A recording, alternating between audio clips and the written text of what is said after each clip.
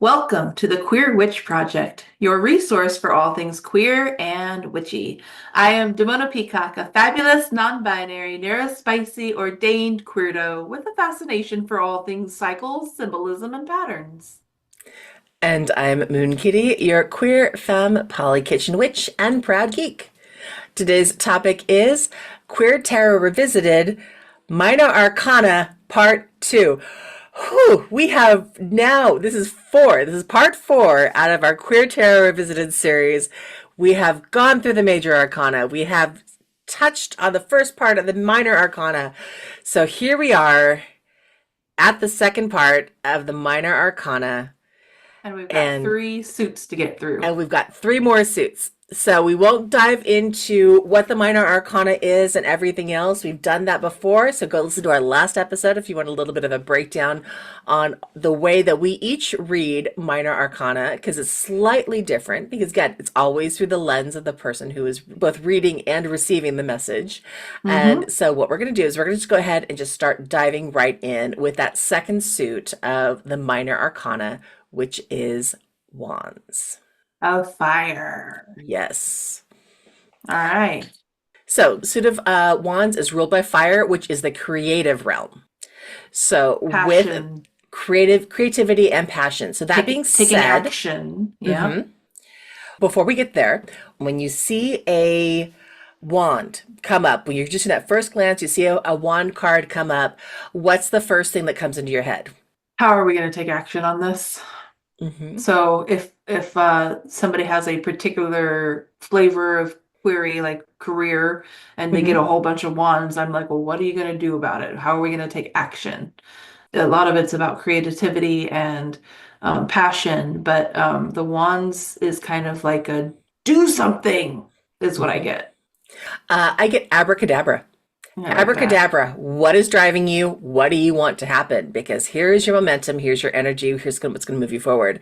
And aside from abracadabra, not only being a magician, as in stage magician thing, it is actually a very powerful spell that has been used for centuries to manifest motion and movement. So Interesting. fire is fully abracadabra for me. And there's a great It's, song by Lady Gaga that came out relatively recently oh, that's you're also right. along that, which is, I believe, again, slight tangent, a complete total spell for the political climate where we are currently in. It is mwah, chef's kiss, abracadabra. Here we go. Do love me some Queen Gaga. Hmm.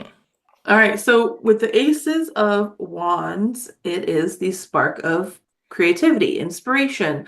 It can also be bringing good news, pointing towards the potential or talent that you bring. The thing about the aces is it's like the pure best and worst of that element of that energy. It's the pure unfiltered energy of the fire of the wand. So it's like boom, you are basically struck with the lightning of inspiration with the Hmm. ace. Now, the two is about decisions, options. And again, here you've got twos or dualities. You've got people coming in, you've got companions, you've got aspects. So now you got to make a decision. What are your options? You're feeling the wanderlust, you're feeling a little bit restless, you've got anticipation, you know you want to do something. This is that energy of the two is now you got to make the decision. You got that spark. Mm-hmm. Now you got to make the decision about where you're going to go with it and what you're going to do. And with three, again, what are you doing about it? Well, it's travel, foresight, spreading your wings and flying, heading off on an adventure. The three is the number of creation and manifestation, and the fire is creation and manifestation. So you've got that right on top of each other. It's go forth. Threes often will be symbolic of travel. It's one of the several minor arcana cards that you will find if you're expecting to be traveling at some point. Mhm. And the four, because we talked about fours being a pause, right? A moment of rest and relaxation. When you're talking about the fours out of the suit of wands, now you're really talking about coming home. You've done that first little burst of travel. You've got the goals underneath you. You're coming home for the first time. You're telling everyone about what you've learned on this Mm-hmm. journey that you were just on. It's that reunion at happy events. It can also be community spirit because now you're coming back to your community and telling about all the cool things that you did. You're not done yet, but you're just taking that first breather of coming home. It's coming home Mm-hmm. after a vacation or after a school trip or something back and telling people all about what you just learned and that excitement and that creativity. You got more places to go, but you celebrate the little wins that come out of it. Gotta put yourself out there, then you always have to come back and touch base or touch Hmm. grass.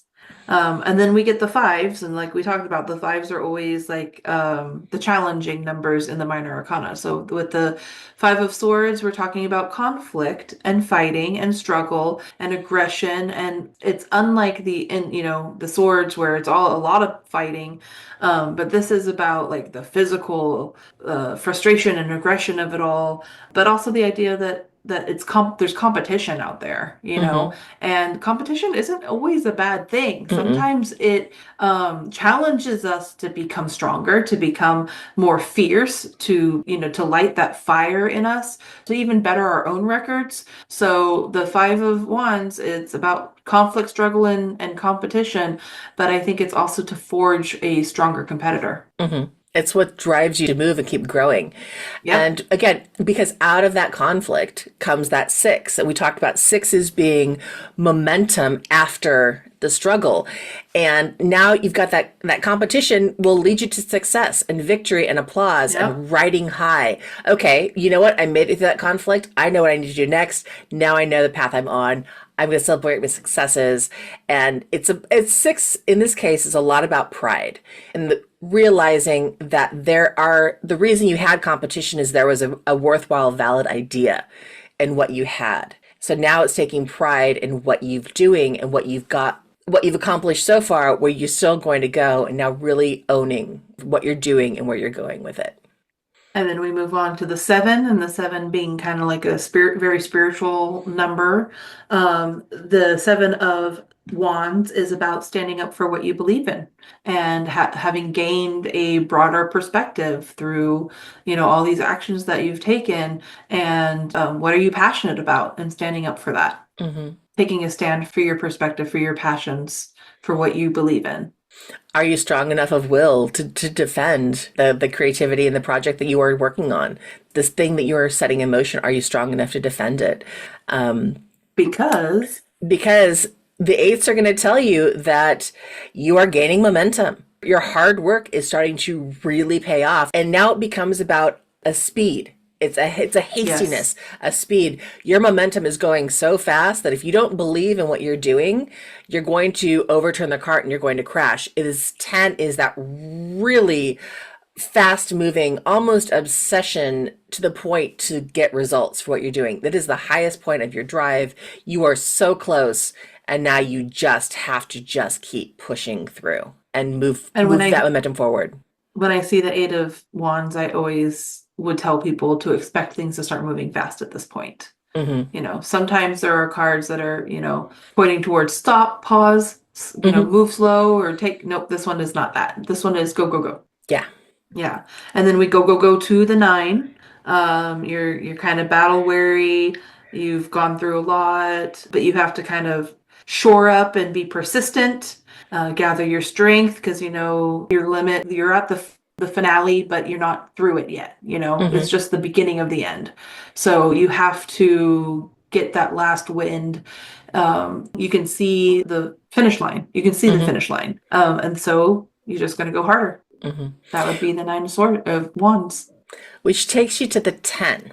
And this one's interesting because in the last thing you think you push towards completion and it's great. But in this case, the 10 of wands is actually about the flip side.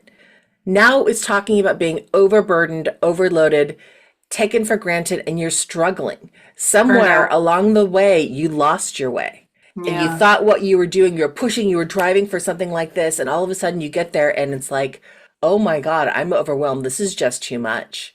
Which is interesting because, again, you think of like, okay, it's all going to be positive, positive, positive. And you get to this and it's like, no, this is the actual other portion. Sometimes the end comes because you're overburdened. Sometimes you took Yeah. on too much, you overloaded yourself, and the thought what you were trying to achieve was not what you wanted. You lost sight in the direction of where you really actually wanted to go. Yes, again, where the nines can be more of a completion of a cycle, sometimes the tens, especially in the wands, is oversaturation. Hmm. Too much of a good thing, too much of the fire energy, and then all of a sudden you're responsible for everything and you're carrying the weight of the world on your shoulders. So yeah, the 10 of wands can be a sign to put some stuff down. Hmm. Where the 9 of wands is you're not quite there yet. 10 is like, whoa, whoa, whoa, whoa, whoa, you've Yeah, done too much. exactly. And moving into the court cards, the Hmm. court are personas, our personalities with the page of wands. That's really getting into touch with what you're passionate about. It's the very optimistic, very fiery, free thinking, following your passions. That's what I think. Lovable rogue, a bringer of Hmm. good news, but really getting to know what drives you. Hmm. That would be the message of the page. And from the page, we move into the knight. And the knight is your free spirit because the knight of fire, again, we're talking about this creative realm. They just want to see what's out there. They are adventurous. They are ready to dive in. They can sometimes be a little bit hasty, but they can also be revolutionary because if they get something in their mind and they know they're just going to go with it and they're going to pursue it with all the passion that the fire energy brings to it. So they are take risks. They're also often very charming because fire signs tend to have that charmingness and quality and the energy that you want to be around them. So that knight is just the free spirit going forward. They are the revolutionary that's going to lead the way, take charge, and take the banner into the Mm-hmm. fight of what's coming back or what's coming next for the thing that they believe in. So if the page is going internal to find the passion and the knight is pursuing the passion, the queen is the passion, if you ask me. She embodies the passion. She is vivacious, she's passionate, she's independent, she's optimistic, and she is taking charge of life. She's no nonsense. She will get it done with her Hmm. charm, her grace, or her bare hands. One way or another, this queen is getting it done. And to me, this is the next natural progression of that. Okay, she's charming, she's going to get it done. Now you go into the king, and he has it done. He has no problem daring to be different because he is different and he owns that he's different. He is the natural born leader. The king is the natural born leader, whether it's he or she or they or Yep. whatever pronouns you are. Again, gender is not a thing when we're talking about this kind of energy. The king is, especially with the fire element in many, many ways, that whatever you are passionate about, if the queen embodies it, he embodies it and explodes it outwards. So he'll take it and he will tell you all about it because he's not afraid. He's energetic, he's confident, and he's just going to be who he is and give no flying F's about it at all. I love it. So we've been through our last episode. We started with the air, which is like the Hmm. light is air, right? The Hmm. mind, the intellect, the thoughts, the fluffiest. And then we're getting into now action, fire, passion, Hmm. things that have a little bit more substance. What are you doing about it? You can think all the things you want, but what are you Hmm. doing about it? Hmm. And then comes the next one that gets a little bit heavier in density, and that is water. So Hmm. it's not as solid as earth. It has a flow to it, but it's full of the feelings. So what's the first thing that comes up for you when you think about the cup cards? Let's get squishy. Let's get squishy now. Exactly. It is time to get squishy. We are talking about cups. We're gonna dive into our feelings. So be Yep. prepared to get squishy. Yep. I am a Cancerian. Hmm. So I am a water baby. I love anything water. And I am a very emotional person. And anytime a cups of any number comes up for someone, I like to ask, so what are you feeling? What are you feeling around this? And a lot of people aren't necessarily comfortable talking about feelings. They want Mm-hmm. to logic their way out of a problem. Mm-hmm. They want to have a plan and take action. But we cannot neglect our feelings. They are very important messengers. We don't want to always be acting on them either, Mm-hmm. but it is a very important part of the human experience, and I think that we need to value feelings. So cups are one of my favorite ones to deal with. Yeah. So with cups, with aces, now this is fun. I love the Ace of Cups because this is newness. This is new relationships, new romance, new love. It's the conception of a new thing that's just gonna bring and make your heart all happy. It's Yep. really about that new beginning, new something that's just going to bring you Mm-hmm. love and all the feels. NRE. Oh, it's total But NRE. New it doesn't have to relationship be a energy. romantic, yep, it doesn't have to be a romantic relationship either. You could have like a new love, a new passion for a Hmm. craft Hmm. or for a job or for a child or for a pet, Hmm. it's just all about that, new love. And then, moving from the one to the two, and the two's always being about duality and companionship. Now it is about having a partner in Hmm. love, an engagement, a partnership, a romantic partnership. This can be you may be starting a relationship card between Hmm. the ace or the two. Building partnerships, creating unity, compatibility, making, balance, mutual respect for each other, and engagement in marriages can fall under the realm of the partnership of the Hmm. two with the cups. Right. And don't be afraid to think this is always going to be about romantic love as well, because if you're asking for a career reading and the Two of Cups Hmm. comes up, it's less likely going to be about a romantic connection, but more about a business connection or something else. So again, all of these things that we're talking about, we're looking at through the lens of what the question that is being asked, as well as the Hmm. elements that are being applied. So Hmm. from the two, we go into the three. And threes are about coming back. Reunions, they're celebrations, they're parties. These are things that are happening. I They're love a about Three of Cups. connections, they're gatherings, they're festivities. It's all the good, fun things that happen when you've developed a great partnership with someone.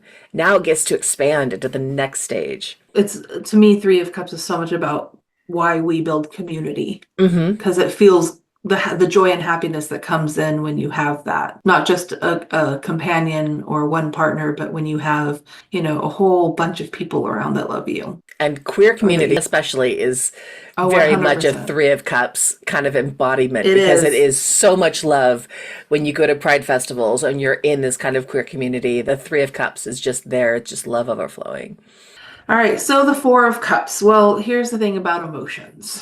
Hmm. They also, much like swords, go both ways. And while we can feel joy and happy and celebratory in the three, the four and the five are the other side of feelings. So the four is often talking about regrets, missed opportunities, really getting caught in your feelings, self-absorption, emotional delusion, and even maybe just bored with life because, ennui. That's the word I was thinking, Ennui.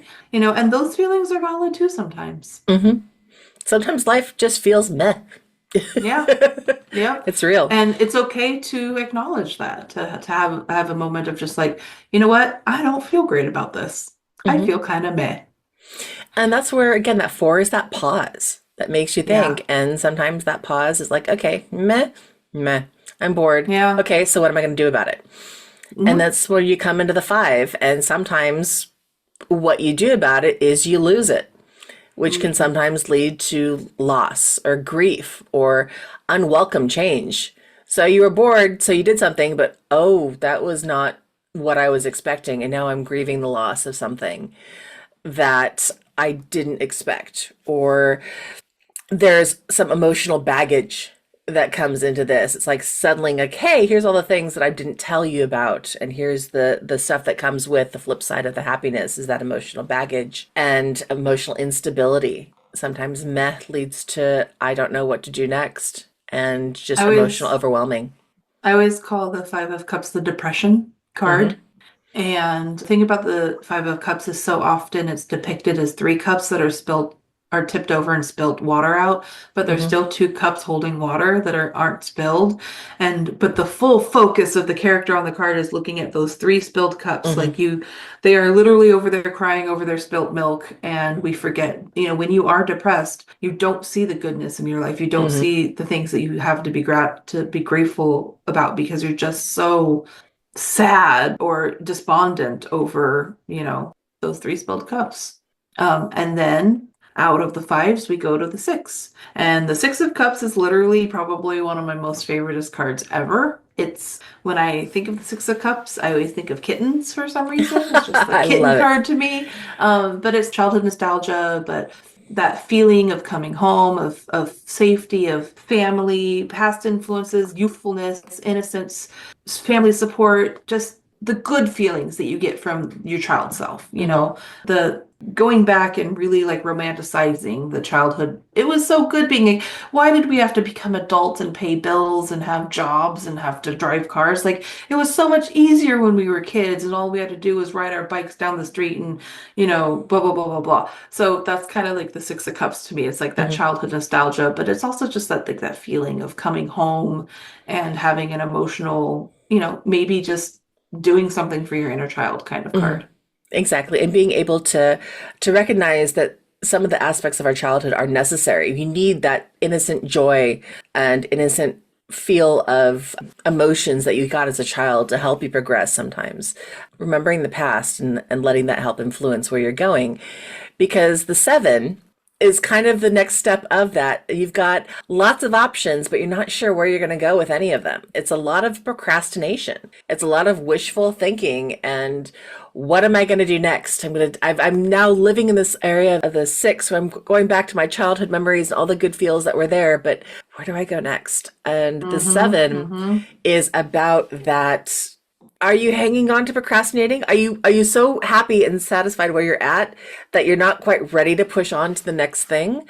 There's lots of options before you. You can take Yeah. many different emotional routes, but you're choosing not to go anywhere, or Mm-hmm. you're on the verge of potentially procrastinating where you know you need to go because you don't want to go there yet. Because right where Yeah, you're at I always see the Seven of Cups as like you're spoiled for options, but you're also paralyzed with feels comfy.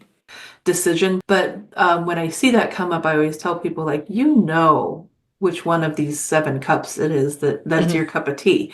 So you have to really go inward and ask yourself, Hmm. and give yourself permission to choose the one of the many out Hmm. of the many that you know is right for you. Because when you move into the eight, you've got, feelings of abandonment, walking away from something, letting go, knowing that you have to choose one out of the seven cups, that you're leaving the other six behind. You Hmm. have to move forward. The Eight of Cups gives you some introspection, but also, a little bit of fatigue because it's been a long journey and you've been through the emotional roller coaster at this Hmm. point, the ups and the downs. Exactly. And from the eight, after again, you're going through this, you are tired. You are so tired. You're fatigued. You've walked away from so many things that could have happened. And now you're into that nine, and suddenly you find out your wishes are actually starting to come true. You are starting to have that happiness and satisfaction. You've worked through the grief of letting the other things go and realize that you are walking the right path. You are Mhm. where you are supposed to be emotionally, and now you get that satisfaction. You're getting confidence. You're getting triumph in that emotional aspect. So it's really coming forward. It's coming to that kind of completion cycle where it's just bringing you joy. It's one of my favorite cards. It always has like a rainbow on it. Mm-hmm. I'm looking for rainbows. But I also, when the nine comes up, I always think wishes come true. What is it that you wish for? Mm-hmm. What is your best? We always so prepare ourselves for the worst case scenario to happen, but like, are we prepared for the best case scenario? Can you recognize your best case scenario? Mm-hmm. That's like the Nine of Cups is one of my favorite nine cards because it really is the full embodiment of that completion cycle of Mm-hmm. for better. Yeah. And even the Ten of Cups doesn't go for the worst. The Ten of Cups is like you got your wishes come true, and then you get to go take it back to your family and share your abundance Mm-hmm. with them. So it's all about, really that wider community and having that abundance and happiness and homecomings and celebrating those long-term relationships that have made it through the entire emotional roller Mm-hmm. coaster, and fulfilling that sense of destiny and harmony and just like a good harvest. A Mm-hmm. really good harvest where everybody is well fed from it and everybody has partied out and that all the wishes that came true in the nine benefit the all, all the good feels in the Mm-hmm. 10. And then we come to the court, and you've got the page. And the page of cups is really your inner child. This is the child that just feels. Right, wrong, whatever it may be, they are just feeling everything. They are so Mm-hmm. sensitive. They are the dreamer. There is a naivete to it. It's idealistic. And oftentimes it's your inner voice that sometimes we quash and everything else. But the page of cups is your inner child. Yeah, well, if the Page of Cups is the inner child, then the Knight of Cups is the teenager going through puberty. Yes. And this Casanova over here becoming like the helpless romantic, but like the chivalrous, like, charm and attraction and sweep you off your feet and, broad romantic gestures and, They are the knights in the fairy tales, yeah, yep, searching for their lady fair. yeah. Sweet little Casanovas. Hmm. And then from the knight, we have the queen. Now, the Queen of Cups. Like I said, I know you embody her in so many ways, but she is the ultimate in loving and warm and intuitive. She encompasses beauty. She embodies beauty in all of its forms. And she is inspirational. She is a healer. She is all of those things that understands the emotional complex and roller coaster and ride that you've just been through. And she understands it and she is wise. But she is there to be all of that. She's emotional intelligence. That's who she Mm-hmm. is. She is the emotional intelligent one. And so then we get the King of Cups. He is very calm, caring, wise, very tolerant, very, humanistic. He's devoted, generous, and he is a spiritual guide. And truthfully, in a good way, when I want to say, who's your daddy? The King of Cups is my daddy because he is the daddy that cares, Mm-hmm. He rules, yes, but he rules compassionately. He rules justly, and he brings the good feels Mm-hmm. of care and reciprocity. So he's a very good companion for the Queen of Cups. Mm-hmm. It's a family full of love. Love and Yes. lovers. That's what I would Mm-hmm. say. All Yeah. right. So now we've gone through cups. We are down to our fourth and final suit The of the most minor dense. arcana, and it's very dense. And this one is fun because it has so many different things that it goes by, with pentacles and coins being only two of the most common, but there's discs, there's so many other things that come around with it. Mm-hmm.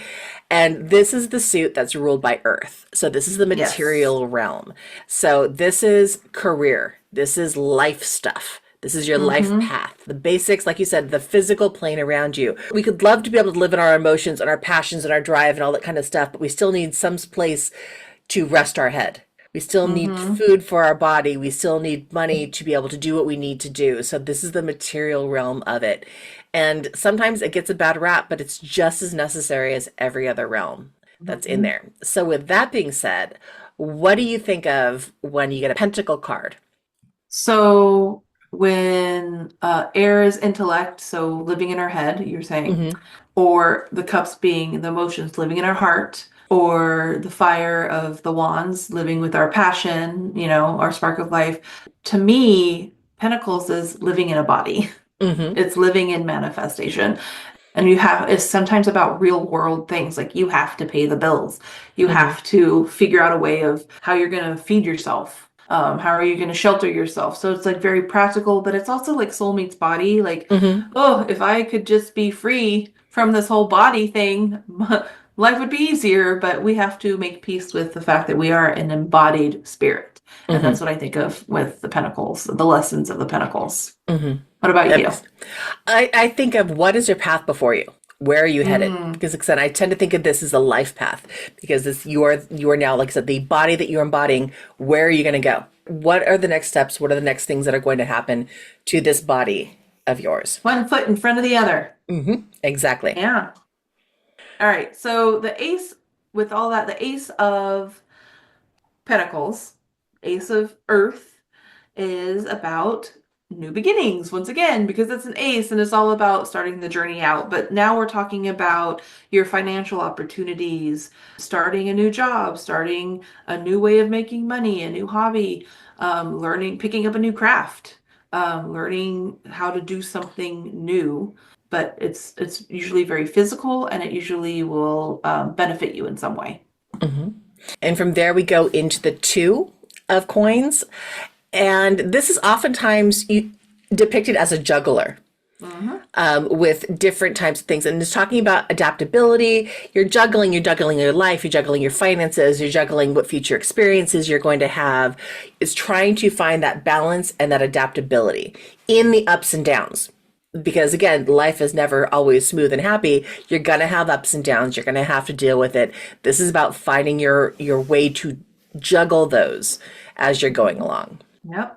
And as you're learning to do the financial juggling, you will possibly, in the Three of Pentacles, find your way into some kind of apprenticeships or learning, studying, growth opportunities, recognizing that you have to master a skill in order to make your way through the world.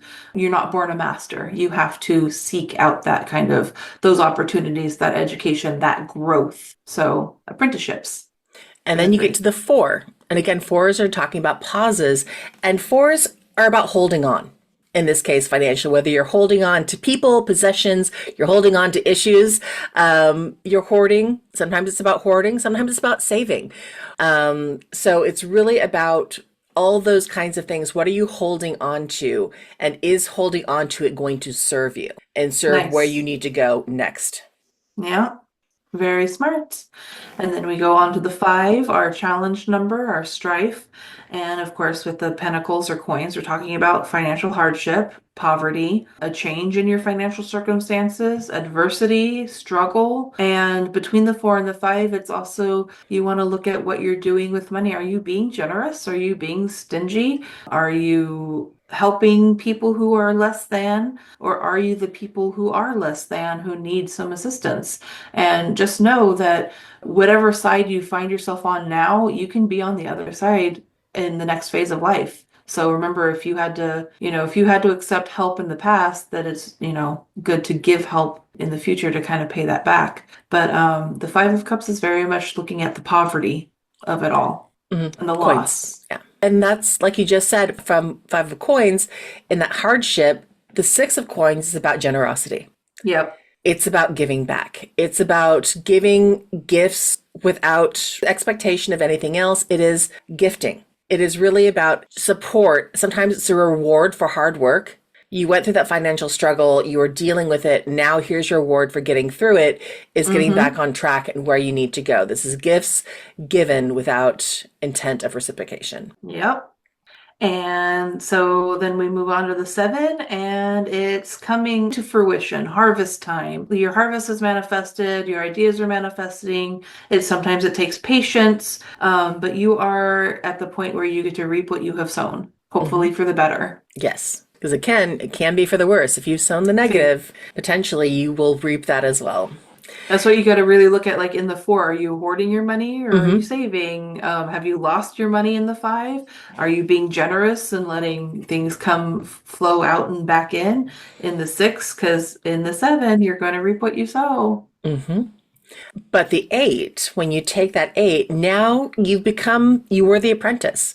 You worked through what you needed to do. Now you are the master of your trade. Yay. You've done the hard work. Now you've got your reputation. Again, for good or ill. Did you reap the benefits? Now you have a positive relationship? Or were you the hoarder miser? Now you have a negative reputation, rather. It's really about that mastery and where you're at. Are you achieving your goals? What's your productivity? It's about your reputation and how you have shown that you have become the master of what you do, the master of yourself.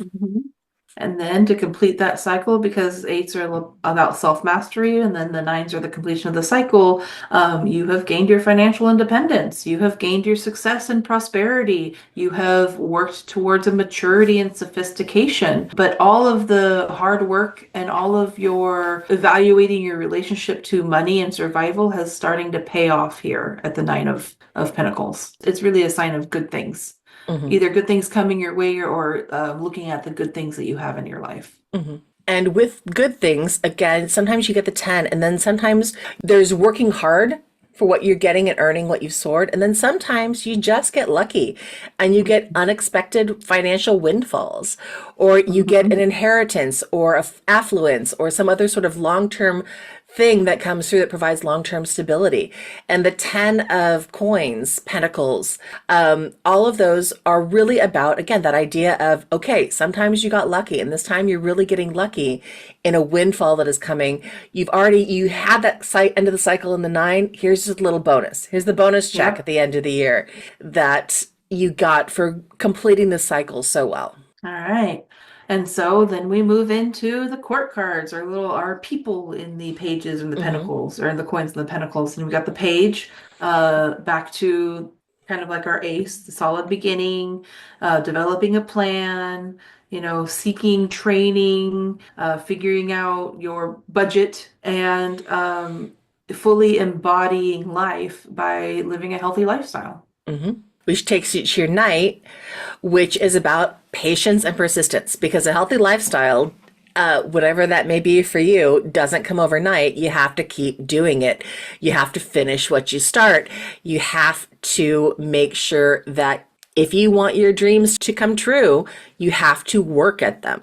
This is about working. You have to keep going and you have to keep doing these things in order to achieve what you want. All right, and then we come in with the Queen of Pentacles, and she is bougie. She likes the finer things in Hmm. life. But look, she worked hard to get to where she's at, so you can't deny her just rewards. She is financially independent. She is a nurturing and generous with her coin, with her success, with her material abundance, but she also likes to live the life of luxury and to reap what the benefits of all of the hard work that she has put in. Hmm.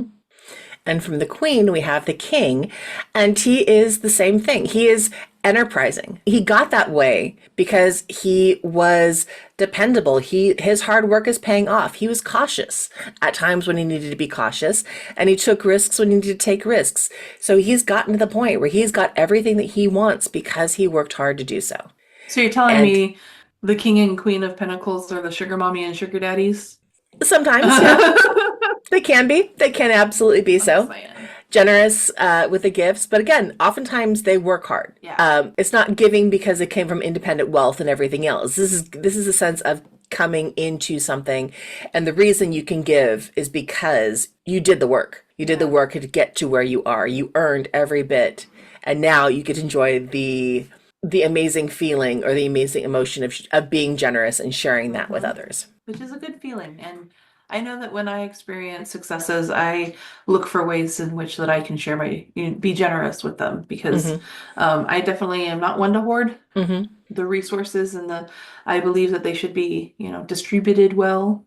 And I know So that I've had a lot of help along my path to get where I am. So now that I'm in a same. place where I can help others, I love to be able to do so. This is my chance to give back for all the things that people helped me with. It literally does take a village to get through this thing called life. In the childhood phase or the adult phase or the elderly phase, it takes a village we're not meant to do this alone. So it's important to look at the players in our lives. And that's what I love about all the court cards of the minor arcana, Hmm. is because even though it can be you or an aspect of you, it can also be talking about looking at the people that you have around in your life. So, Hmm. and, building appreciation for them as well. Absolutely. We aren't meant to do this alone. No. Now we've made it through all the cards, all Yay! 78 of the I cards. think we can Woohoo! do it. But there is a really important thing that we have not touched on. Oh, And this is something that is highly controversial because not okay. every reader does it. and that is the concept of reversals. So we're Mm. gonna go and we're gonna go through all those cards again and read you all of the reversal No, numbers. No, we are kidding. not. No, we are not. You're Another four-part funny. series of reversals. No, no, no, no, no, no. But let's talk a little bit about reversals really quick. And do you read reversals in your readings? Okay, so I'm kind of weird about reversals. A lot of people just shuffle their cards, they don't care, whatever, willy-nilly, blah blah blah, and if you get reversals, we'll read them as a reversal, whatever. I am actually meticulous about setting my cards up so that they're all facing the same way. So there's no reversals in my deck at all. Hmm. Um, when I hand them to someone to shuffle. When I'm giving readings, especially in person, if it's just me over the phone or over email or over, messages, I'll shuffle for them. But I eliminate the possibility of reversals happening as much as I can. Therefore, if a reversal does happen, it was meant to be that way. Mm-hmm. It is important to look at it then because I make sure it doesn't happen willy-nilly. It doesn't just happen.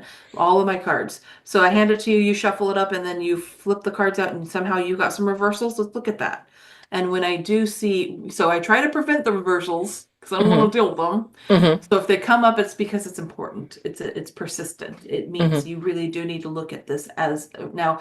Sometimes cards can have their own separate like interpretation if it's reversed, or you can interpret it as the card's meaning, but in a reversed way. So often, what I mean by in a reversed way is for me is looking at either that energy is blocked. You're not bringing this energy in because it's blocked, but it's knocking on your door and it's saying you need it, or it's in shadow. It's something it's beyond your awareness, but it's kind of peeking through and it's saying, I'm kind of important, or Mm-hmm. you're not paying attention to me and you should be. So there's really all kinds of different ways that you can interpret a reversed card.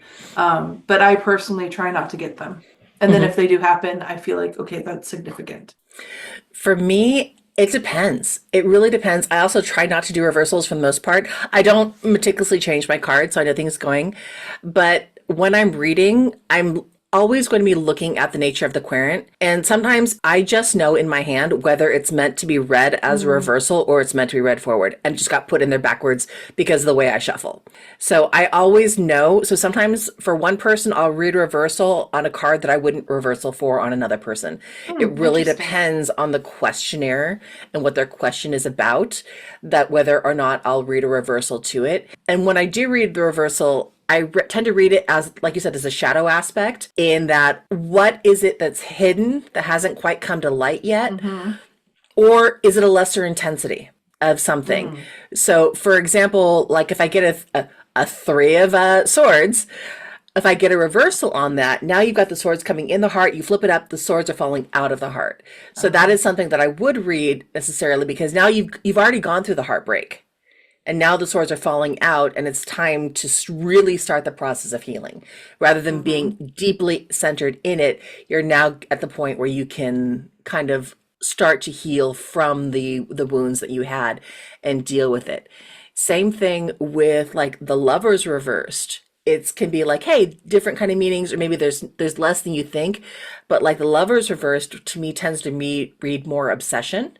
Mm. So it's like now it becomes the A shadow shadow aspect. aspect Yep. of what the lovers is, because obsession. And you got to be responsible about your desires, because just because you feel it doesn't mean you are entitled to it.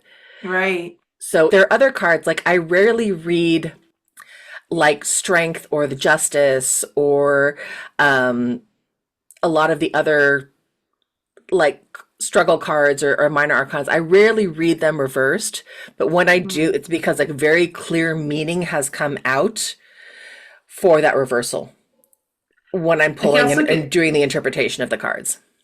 I also get the sense that it could mean that you're either already through that energy or you need to be bringing it in because it's Hmm. lacking. Right.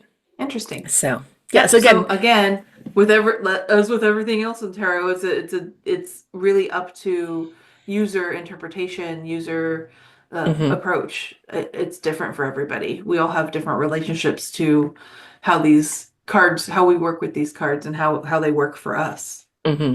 So that would be a really good question of the day for the audience. How do you read reversals as you're listening to this? What is your approach to if you get a lot of reversals in a reading? Hmm. What does that mean for you? I'd be very curious to see what other people, what their approaches are. Hmm. And with tarot, we've been talking about tarot, and tarot is a form of cartomancy, which is card-based divination. And in the very beginning, 4 episodes ago, I said we're going to do 4, maybe 5 episodes of this. And I wanted to clarify what that and 5-ish means, because tarot is, again, just one tiny portion of all of this kind of Mm-hmm. thing. And the flip side, and something that I know I use and you use as well, is not only tarot decks, but oracle decks. And every reading that I'm doing, I'm not just doing tarot, I am pairing it with oracle because that is the way that Okay. I tend to look at things. So one of the questions that I get asked as a tarot reader Hmm. a lot, and I know we both have our own answer to this, but what's the difference between tarot and oracle? A tarot deck and an oracle deck. What's the difference? To me, the tarot is more on a structured framework Yep. based on an existing, again, the existing RWS structure. For better or for worse, it is, most tarot is based loosely or tightly on that thing. Whereas an oracle deck is much more of an intuition deck. It is, every oracle deck is different. There might be common cards or between oracle decks, but there is no common system in any oracle deck. Yes. So oracle decks tend to focus around a theme Yes. versus tarot around a structure. So that's why I read both, because there's a theme to something with the querent, and that's where the overarching theme and that intuition comes through in the oracle deck. Yep, very much that. I That's kind of my answer too, is like a tarot deck is usually loosely or less loosely, very strictly based on that structure of tarot where you've got the 22 major arcana Hmm. and or loosely, right? So sometimes they add an extra card in there. And then you have the minor arcanas. And so all tarot decks are similar in the sense that they're all going to have some kind of form of the structure of tarot. Whereas oracle decks can be whatever the creator wants them to be. They can be Hmm. whatever theme that the creator wants to explore. So it can be colors, or it can be archetypes, or it can be based on alchemy, or it can be based on the liminal spaces. Like, I'm just trying to think of all my Hmm. favorite decks. Yeah. So and they can work together. So a lot of times when I'm giving readings, I will grab a tarot deck and an oracle deck or two, Hmm. and then they all pair well, really, because Hmm. they just have, it's amazing to see how a card that isn't in the tarot structure can complement a Hmm. message from the tarot. Yes. And that's why I love working with both tarot and oracle, Hmm. and often working with them together. Yes. And there are tarot readers who look down on oracle readers, and I think that's silly because, again, Hmm. there's no one true way for any of this. So you find what works for you. I, again, Yep. oftentimes I will do tarot, oracle, and I do a charm because, again, I have a charm Yes. divination system that I use. So it's really about all these things coming together and finding what works best for you. If you want to go down this road, whether you're getting a reading from someone or whether you want to read for yourself or whether you want to read for others. And so are we going to do a fifth episode on oracle cards and oracle decks? Is that the Yes. So, plan? so Okay. yes, our next episode, not tarot, but tarot adjacent. So stay tuned Yay. for that one. And that, I think we should talk about how we acquire decks too. Mm, yeah, Like, there's more of that because coming there's a in. lot of mythology around how people should get their first deck and all that. So we should unpack some of that in the next. So, yep, welcome to our 4 or 5 part Ish, yeah. episodes on right?